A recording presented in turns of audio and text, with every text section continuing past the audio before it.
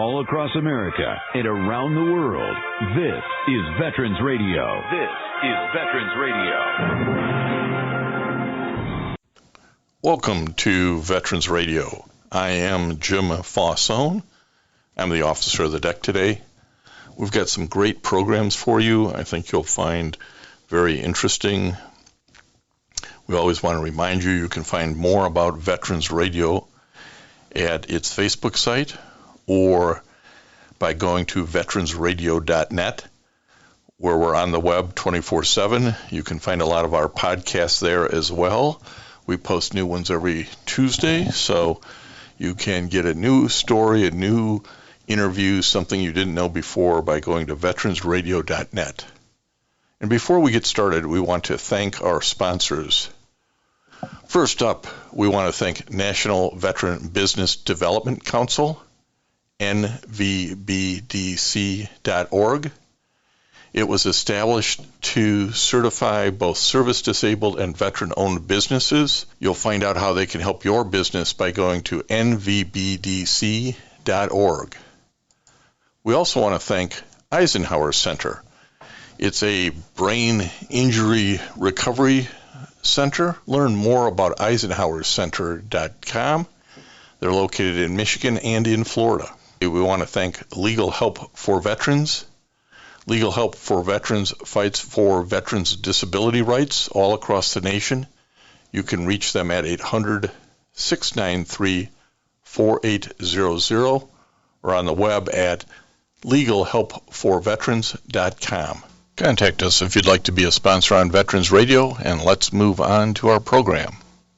We want to welcome to Veterans Radio Tom Norton. Tom, welcome to Veterans Radio.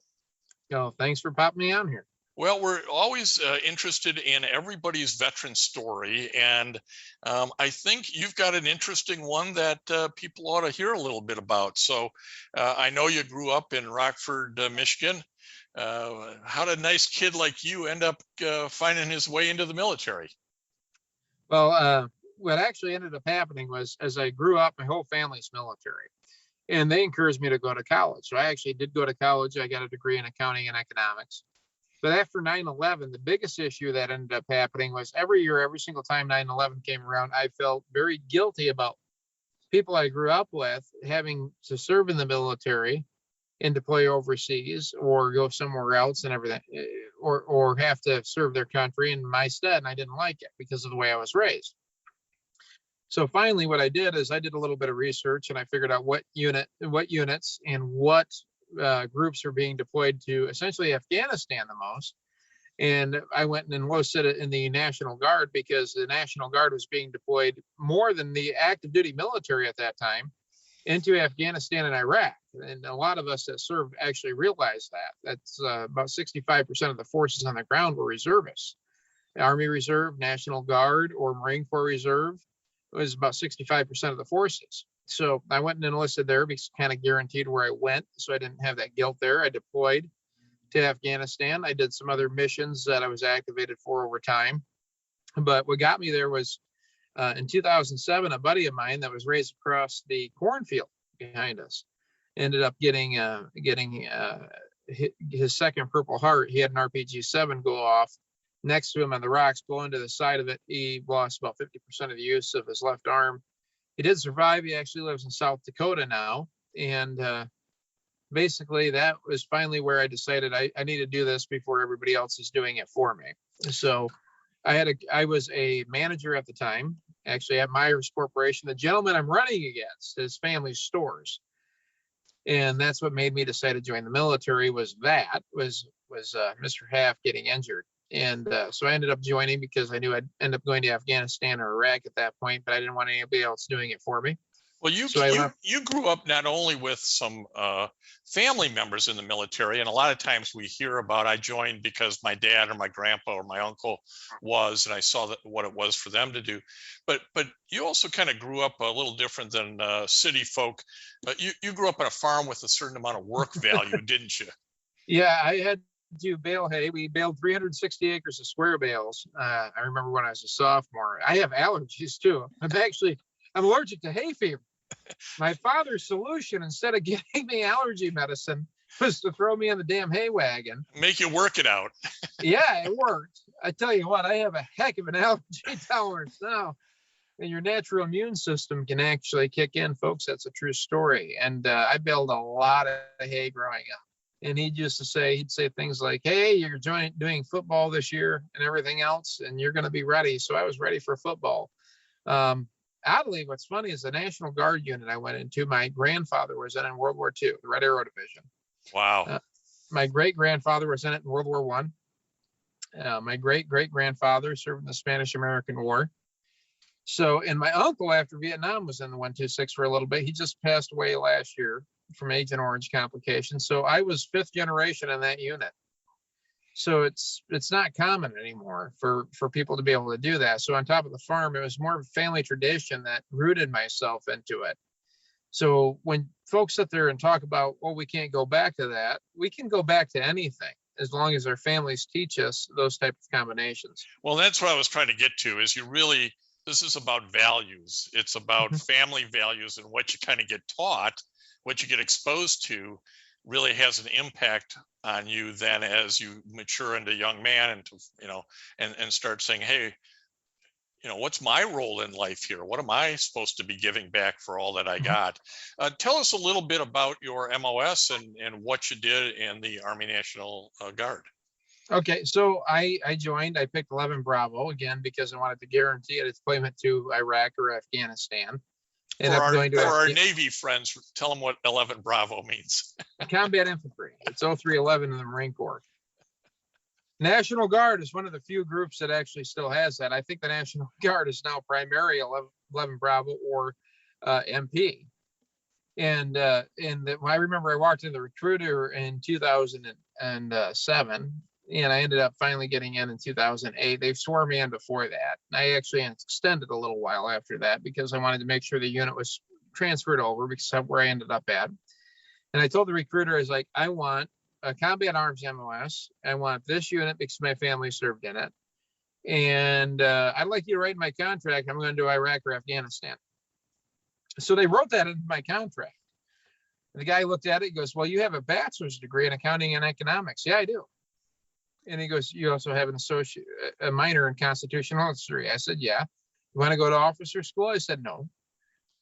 And that really threw him off. I was like, my family's done this. I'm going to go do this. I'm sick of everybody else doing it for me. I'm going to do it myself. I don't want anybody ever to blame me for not doing what I felt my role was and the way I was raised. And there was a guilt there because your family raises you that way, and there's not too many families that raise you with that type of love of country. We lower our flags to half mast when soldiers are killed. Throughout this entire time, war on terror, the flag on my family's home and my house is either a half mast or it's a stationary flag, and I always have it tilted forward. I've done that for a long time, and so is my family. So I was just raised that way. So that's why I made them right into my contract, ended up deploying. I did some other stuff when they activated me on ADOS or other different things on occasion, maybe a border mission or something like that. But that's the type of stuff that's supposed to happen. Is we should go through and do some type of service to our country, whether it be for community service, military service, or some type of service. I think it means a lot for people to learn a certain level of patriotism if your family hasn't taught you that. Well, and I think you'd probably agree that your time in the military exposed you to a lot of different types of people, backgrounds of people, religions of people, ethnicity of people that maybe you didn't get back home on the farm, and it's made you a better person as a result. That's a lot of people's experience. That is a lot of people's experience. Mine might be a little different. My father, I remember this. This is a true story. I have not shared this in a long time, so you're going to get something that's a little bit more probably private and confidential. But I'm going to let it out there for once. My wife sits there and she chuckles about it. So my wife's Sicilian. Her family is very Italian. And when I went to college, my father is an extremely one-race individual. Let me put it that way. So my first girlfriend after I graduated high school and I went to college was a Hispanic gal, and I dated a lot of Hispanic women, and then I dated a couple Black women in there, and then I joined the military and met my wife, who's Sicilian. And I remember coming home and my father said there, and I'm gonna quote him, and I'm not gonna give my father's name on this, and he might yell at me later. Well, he might not yell at me later. And he goes, "Oh my God, thank God she's white." And I looked at her and was like, "I just like her. I didn't care what color she is." And I ended up marrying my wife. She's a good cook. Sicilians, the way to our heart is through our food. And that's how men end up getting married. And she's a good gal. Well, I think that exposure is good all the way around, and a lot of people acknowledge it when they're service. But it's I acknowledge it because of college. My service expanded the religions more than the actual race. Yeah.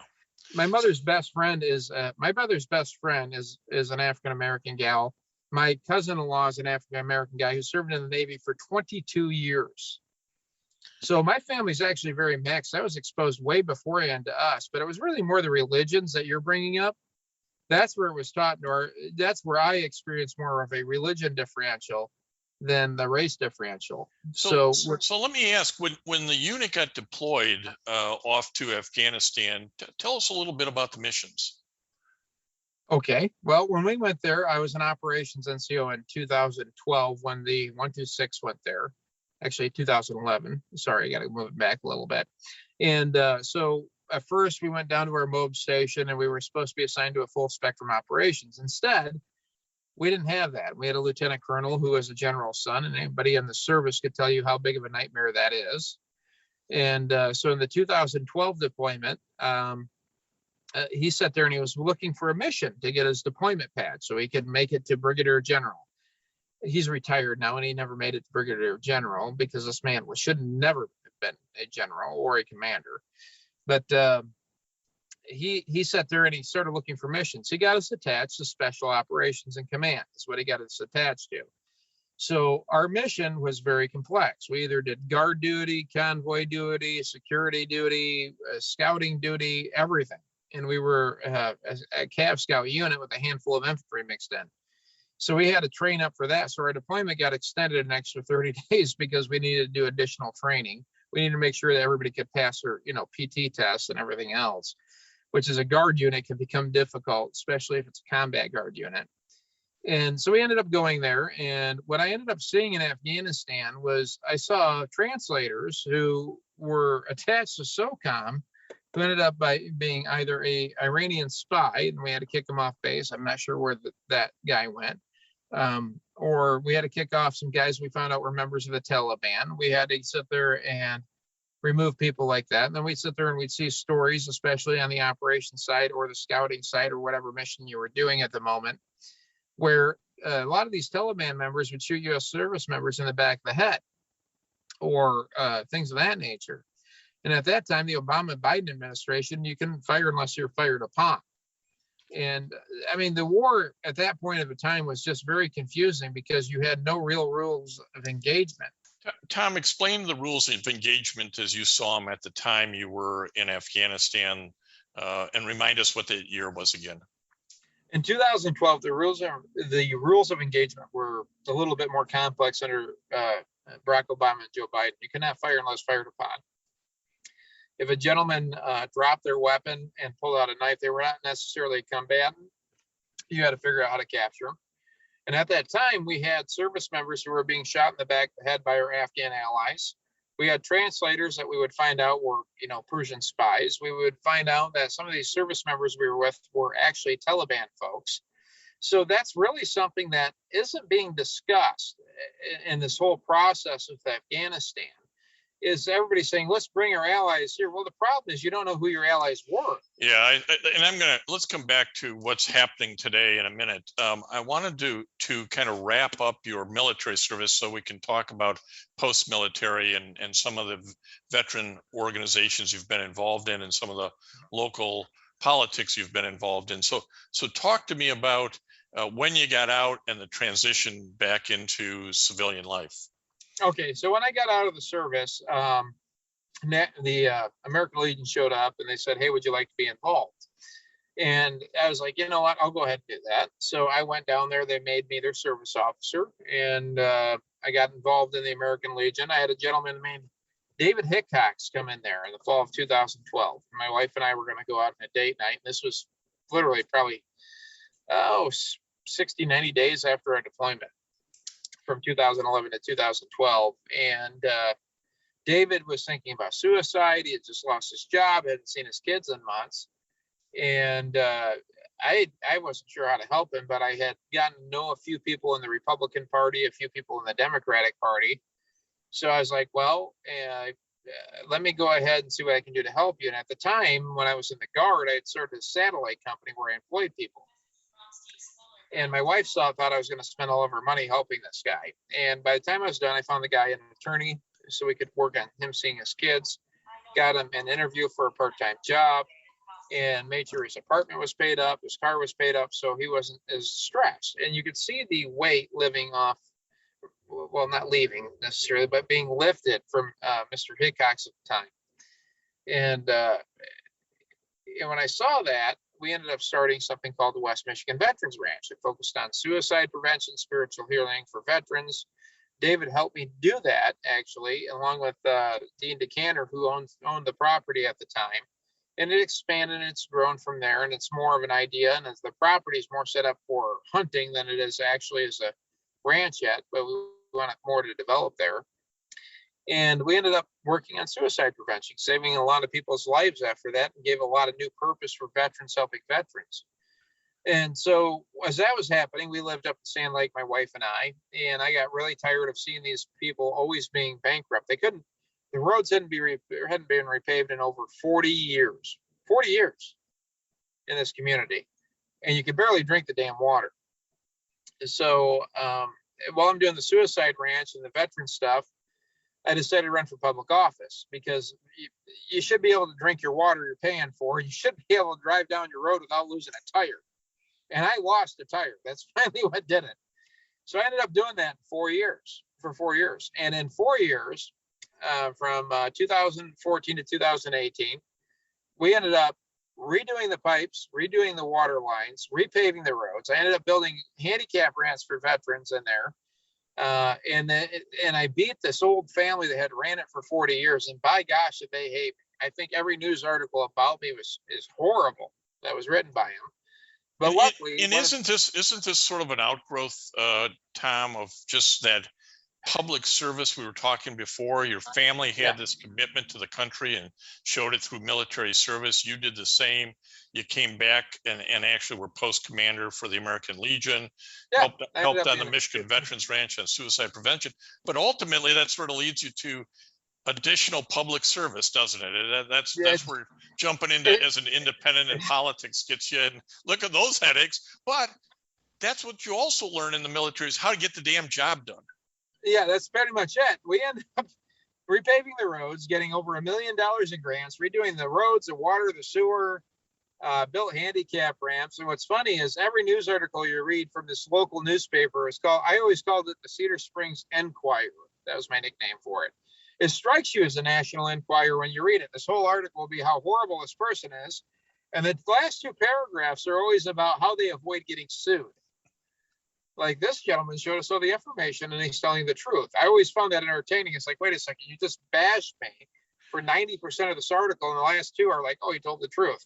But the nice part about it is we have places like Wood TV8, Fox 17 in Grand Rapids, and when that stuff would come up from the Cedar Springs Post, they'd report a fair thing, like maybe a miscommunication or, look, he did build handicap ramps, he did repave roads, and post that type of thing that he actually did it. So it's interesting to see how that press actually works. So the press is heavily embedded in this concept of you're not a Democrat, we're not going to back you. And I hate to be partisan, but it's true. And the other thing is with veterans, you're supposed to help other veterans. You're not supposed to leave people behind. You're not supposed to sit there and just screw them. You're supposed to advance your community, advance your country. This is the way I was raised. So we repaved the roads, we did the sidewalks, all this stuff. When I came in, the village was in the red. The village was on the verge of bankruptcy. It's on the verge of an emergency manager. And when I left, it was in the black. It had a balanced budget. Some people hated me, some people loved me, but at the end of the day, I don't care because the mission was accomplished. I campaigned on one promise. I was going to fix the roads and you can drink your water. And in 4 years, we were able to fix the roads and you could drink your water. And my wife and I ended up buying a nice place down south after I sold my business during the same period of time, and we ended up moving down to Ada. So one of the things that I think is always interesting is, time keeps marching on, and it puts us into circumstances we could never have anticipated. And as we come up on the 20th anniversary of the start of the war of Afghanistan, we find the country has now pulled out. You mentioned leave nobody behind. Well, we're leaving some folks behind, clearly. And you find yourself in sort of a new political battlefront, taking on a sitting congressman in the Republican Party, primary next year, so a year from now, who also is a veteran. You'd never thought you'd find yourself in this position. How did a nice boy from Rockford get himself into this mess? Well, this one's a little more interesting. I did run against Peter Meijer last campaign, and I ran against Amash. Actually, I was the first to challenge Justin Amash because of his failure of suicide prevention. I had people tell me Tom Norton's never going to break 3%. Tom Norton's never going to make the ballot. Tom Norton just has no chance. We ended up breaking 3%. I think we ended up almost tying for second place in the race. Peter Meijer spent $2.2 million saying, I support Donald Trump, I support this, I support that, I hate Amash. He launched his campaign based upon an Amash tweet, believe it or not, saying he was going to vote for impeachment. I filed the campaign and I said, I'm running against Amash because I have veterans. Justin Amash legitimately said, you're not my problem, go to the VA. Well, they were having problems with the VA. Of course I'm going to you. You're my congressman. You're supposed to help with the problems of the VA. Didn't happen. So I ended up filing. We did very, very well. And I wasn't going to run again. I ended up becoming friends with Peter during that primary. This is a real thing. I mean, there's interviews out there, both of us referring to each other as friends. And we disagree on issues. And when this impeachment vote came up, Peter Meijer called me and he said, I'm going to vote for this impeachment. I said, Peter, if you vote for impeachment, I am going to primary you. But this time, people aren't going to think I'm a fringe candidate. People know I have the ability to win. And I'm going to kick your ass. And he voted for the impeachment. And the problem isn't so much just the impeachment. It's the lying to people. He spent $2 million telling people he was pro-Trump, and then doing the same thing that he started his entire campaign off from.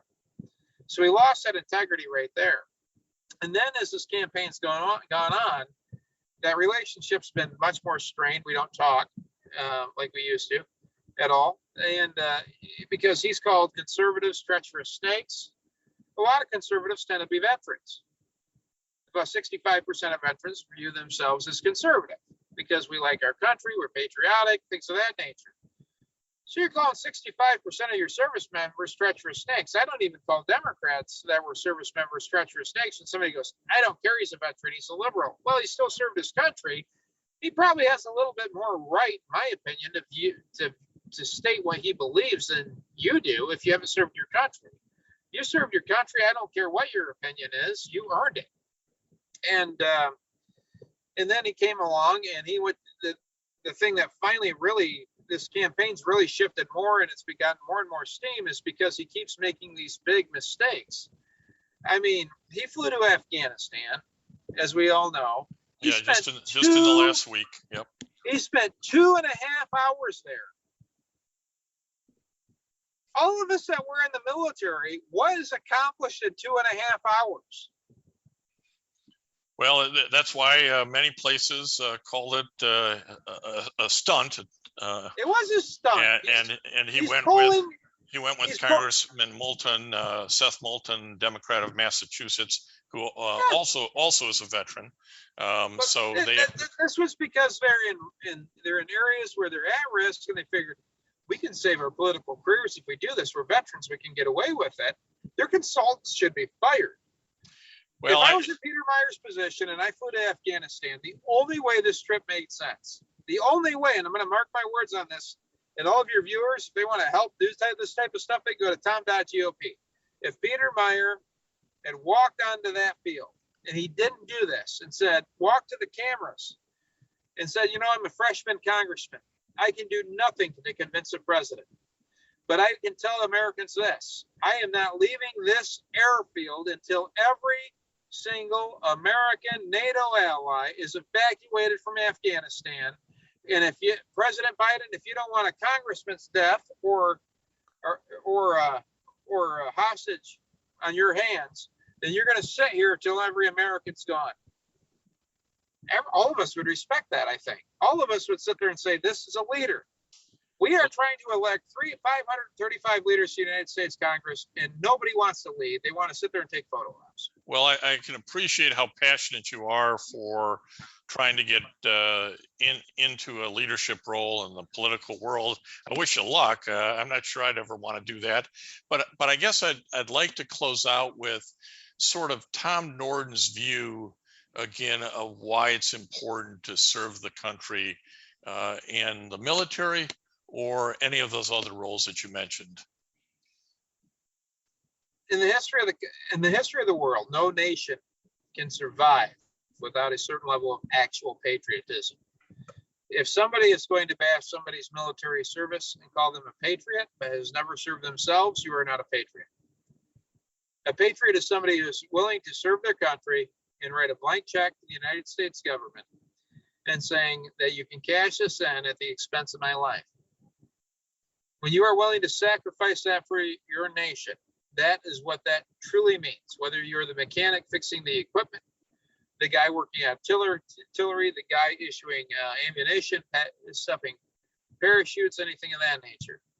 Veterans are 1% of this entire nation.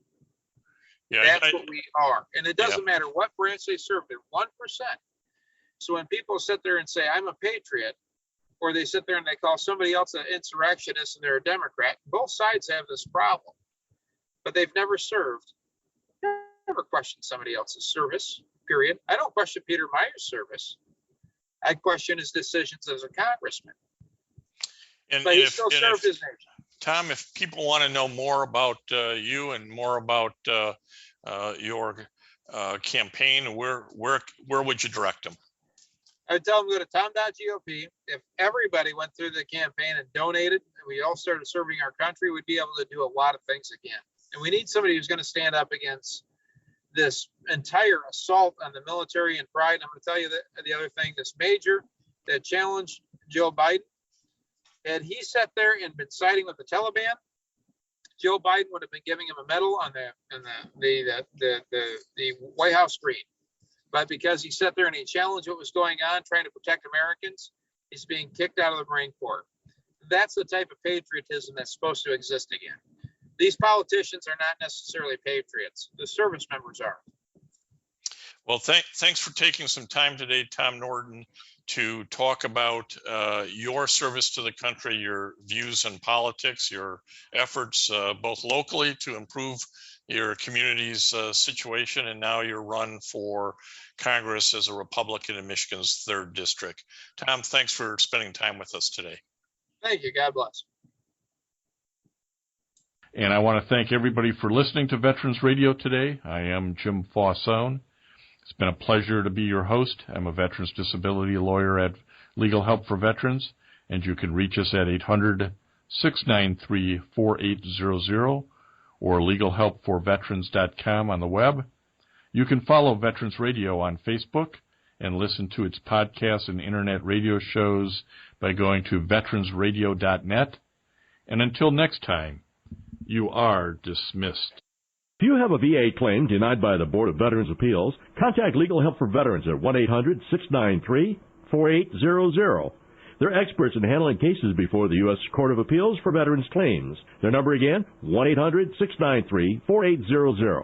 We would again want to thank our national sponsors, the National Veterans Business Development Council, nvbdc.org, Eisenhower Center, VA Ann Arbor Health Care System, the Vietnam Veterans of America Charles S. Kettles Chapter, Ann Arbor, Michigan, VFW Graf O'Hara Post 423 in Ann Arbor, and the American Legion Presscorn Post 46, also in Ann Arbor.